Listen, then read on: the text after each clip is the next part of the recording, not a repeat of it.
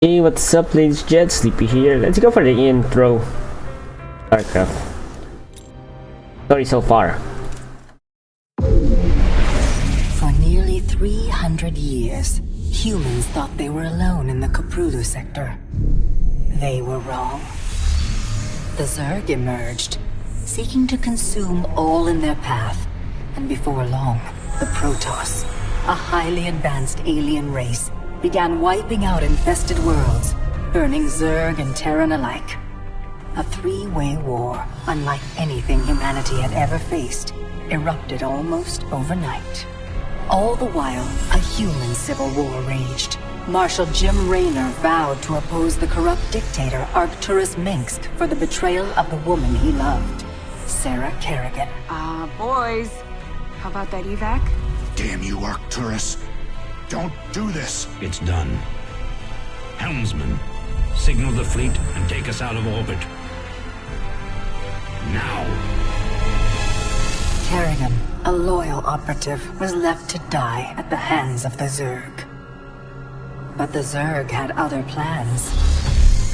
They transformed her and unleashed her psionic power upon the Koprulu sector, searching for their real objective, the Protoss homeworld of Ire.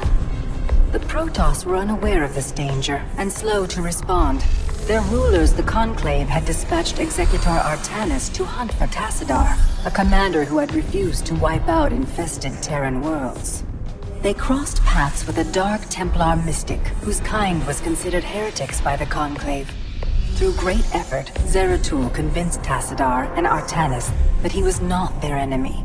Together they rallied more Protoss from both factions against the Zerg. Despite the Conclave's fury, they achieved significant victories against the Swarm. But when Zeratul struck down one of the Overmind's Cerebrates, his own mind was left vulnerable. From his thoughts, the Overmind gleaned Ire's true location, and the Swarm descended upon the Protoss homeworld with all their might and fury. It was Tassadar who kept the Templar from extinction that day. Using the power of both the Templar and the Dark Templar, he sacrificed himself to kill the Overmind. Ire was lost, but Artanis led the survivors to the Dark Templar's homeworld of Shakuras. Old prejudices were set aside. The Templar were now in the Dark Templar's debt. Without the Overmind, the Swarm fractured. Kerrigan sought control of all the Zerg, even enlisting the aid of old friends and enemies like Raynor, Mengsk, and Zeratul. Once her rule was uncontested, the Queen of Blades betrayed them all. Billions of humans and Protoss were killed. The Zerg stood unchallenged, but to the relief of all, the war seemed to end there. Zeratul suspected the Zerg had fallen under the control of dark forces.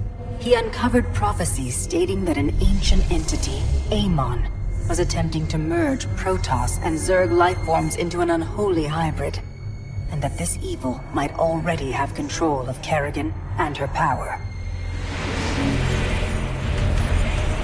It was during this time that Executor Artanis, hailed as a hero, was made leader of both the Templar and the Dark Templar. As Hierarch, Artanis united both factions and promised to one day reclaim the glory they had lost on Ire. But such unity is only a dream for Jim Raynor. Mengsk still rules, and Raynor's small rebellion has counted for nothing against the Dominion's propaganda machine. Perhaps it is time for a new strategy.